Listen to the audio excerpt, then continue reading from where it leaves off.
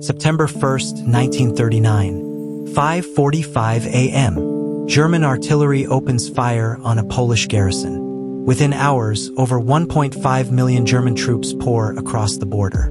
World War II has begun. But this moment didn't happen in a vacuum. The seeds of the deadliest conflict in human history were planted 21 years earlier, in the ashes of another world war. What if I told you that the treaty meant to end all wars actually guaranteed another one? That a struggling Austrian artist would exploit the greatest economic disaster in modern history to seize power? And that the democratic world would stand by and watch as three nations systematically destroyed the international order? This is the story of how 21 years of failed diplomacy, economic catastrophe, and willful blindness led to humanity's darkest hour. November 11th, 1918. The guns fall silent. The war to end all wars is over. But the peace that follows will be anything but peaceful.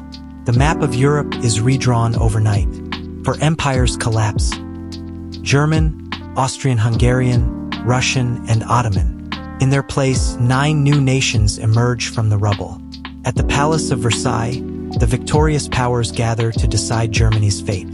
Britain's Lloyd George, France's Clemenceau, America's Wilson, and Italy's Orlando. Each has different goals, different fears, and different visions for post-war Europe. Article 231 of the Treaty of Versailles will become known as the War Guilt Clause. It places complete responsibility for the war on Germany and its allies. The cost? 132 billion gold marks in reparations, roughly $33 billion in 1921, equivalent to nearly $500 billion today. Germany's military is gutted.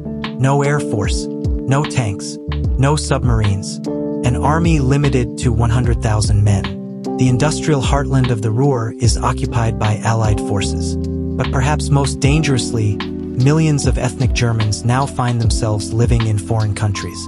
3 million in Czechoslovakia's Sudetenland, over 1 million in Poland. These scattered populations will become Hitler's excuse for expansion. Germany, recognizing that she is responsible for all the loss and damage, will make compensation for all damage done to the civilian population. The Germans are outraged. They expected Wilson's 14 points, a fair peace based on self-determination. Instead, they get what they see as a vindictive diktat designed to destroy their nation forever. The stage is set for resentment, revenge, and the rise of extremism. 1923. Germany's economy collapses under the weight of reparations. Hyperinflation destroys the middle class overnight.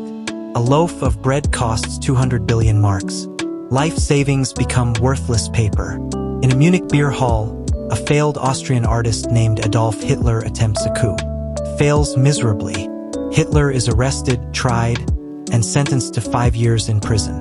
He serves less than 1. But in Landsberg prison, Hitler writes a book that will become the blueprint for genocide, Mein Kampf.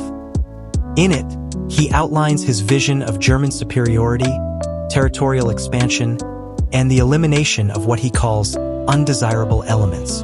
October 1929. The stock market crashes in New York.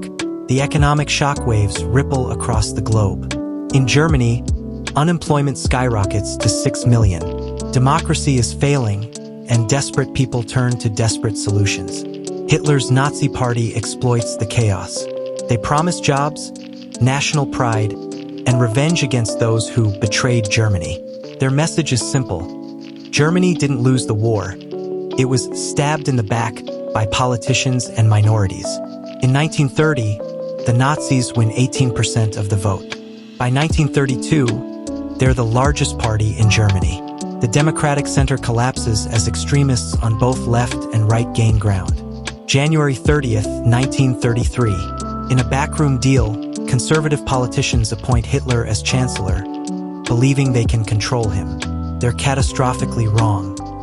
Within months, Hitler has eliminated political opposition, dissolved trade unions, and established a one-party state. The Weimar Republic is dead.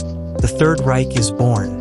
But Germany isn't alone. In Italy, Benito Mussolini has already established a fascist dictatorship. He dreams of restoring a new Roman Empire, starting with Africa. And in Asia, Japan's military has seized control of the government. They view China as their rightful sphere of influence and America as the main obstacle to Japanese domination of the Pacific. 3 nations, 3 dictatorships, 3 appetites for conquest. The democratic world is about to be tested. September 18, 1931. Japanese forces stage a fake attack on their own railway line in Manchuria and use it as a pretext to invade. It's a transparent lie, but it works. The League of Nations condemns the invasion. Japan's response? They quit the League. The international community does nothing. The precedent is set. Aggression pays. October 1935. Mussolini's Italy invades Ethiopia, one of only 2 independent African nations. Ethiopian Emperor Haile Selassie makes a desperate plea to the League of Nations. I was defending the cause of all small peoples who are threatened with aggression. The League imposes sanctions, but they're toothless. Oil, the one commodity that could stop the invasion, is not included. Within 7 months, Ethiopia falls. Hitler is watching. He sees that the democratic powers are weak, divided, and unwilling to fight. In March 1936, he makes his move. German troops march into the Rhineland, directly violating the Treaty of Versailles.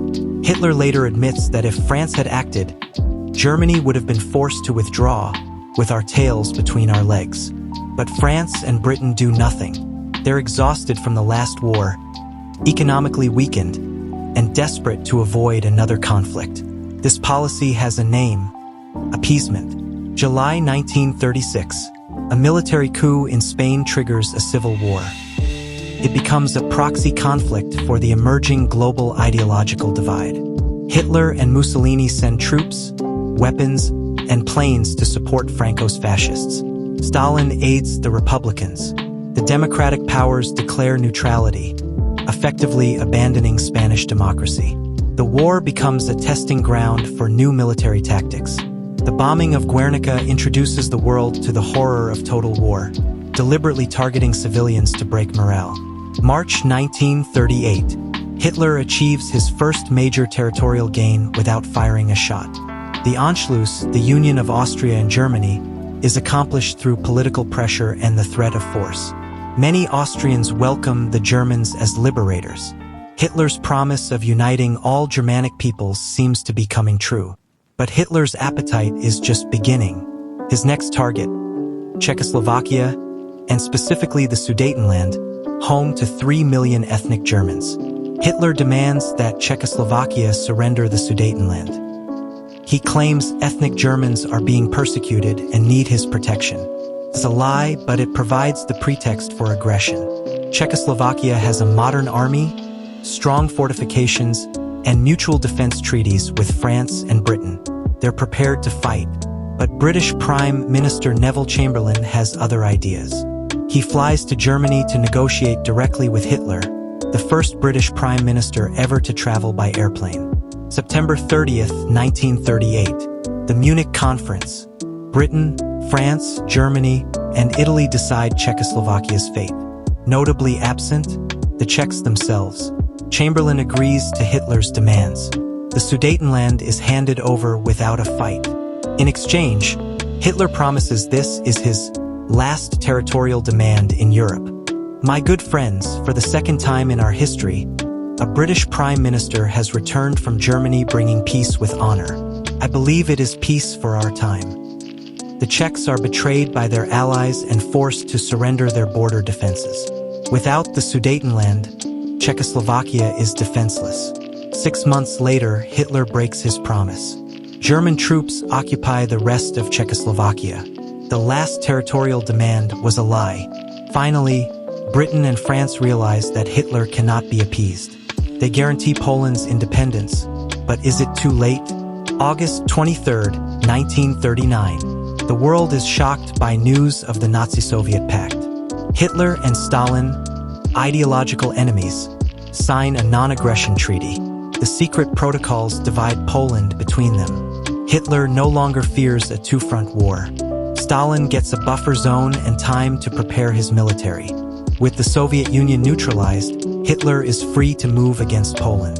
On September 1st, 1939, he does. The invasion of Poland showcases Germany's new military doctrine, Blitzkrieg, lightning war. Combined arms tactics using tanks, aircraft, and infantry in coordinated attacks overwhelm Polish defenses. September 3rd, 1939. Britain and France declare war on Germany, honoring their guarantee to Poland. But they cannot save Poland from its fate. September 17th. As agreed in their secret pact, the Soviet Union invades Poland from the east. Poland is crushed between two totalitarian powers. Within 5 weeks, Poland is defeated.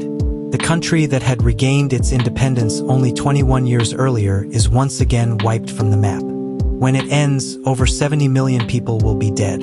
Entire cities will be reduced to rubble. The Holocaust will have claimed 6 million Jewish lives and millions of others.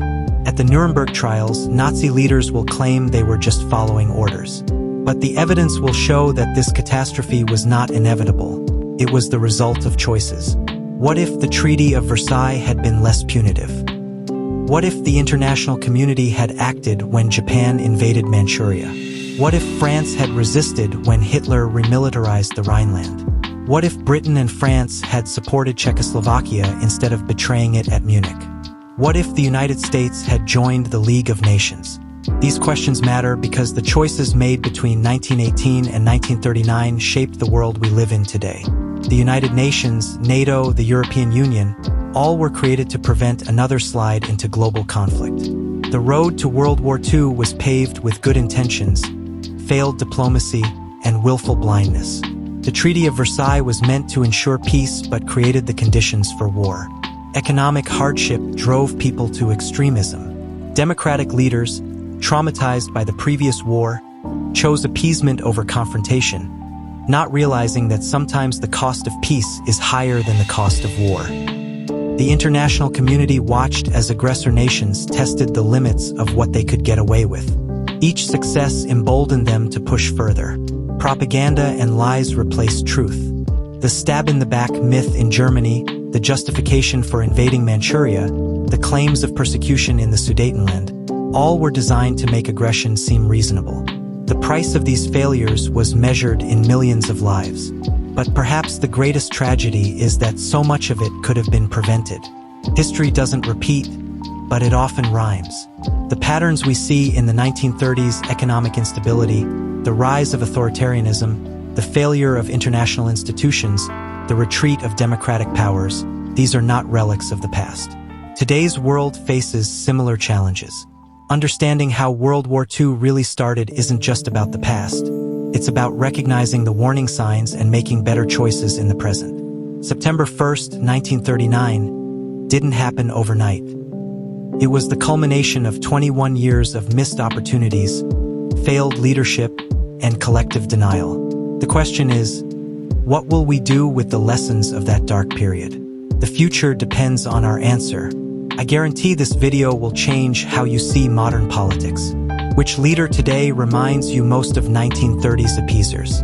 Comment below, then watch our analysis of modern appeasement, Ukraine, Taiwan, and the new Axis powers. But this is just the beginning. Over the next 6 years, the conflict will engulf the globe. Europe, Africa, Asia, and the Pacific will all become battlegrounds.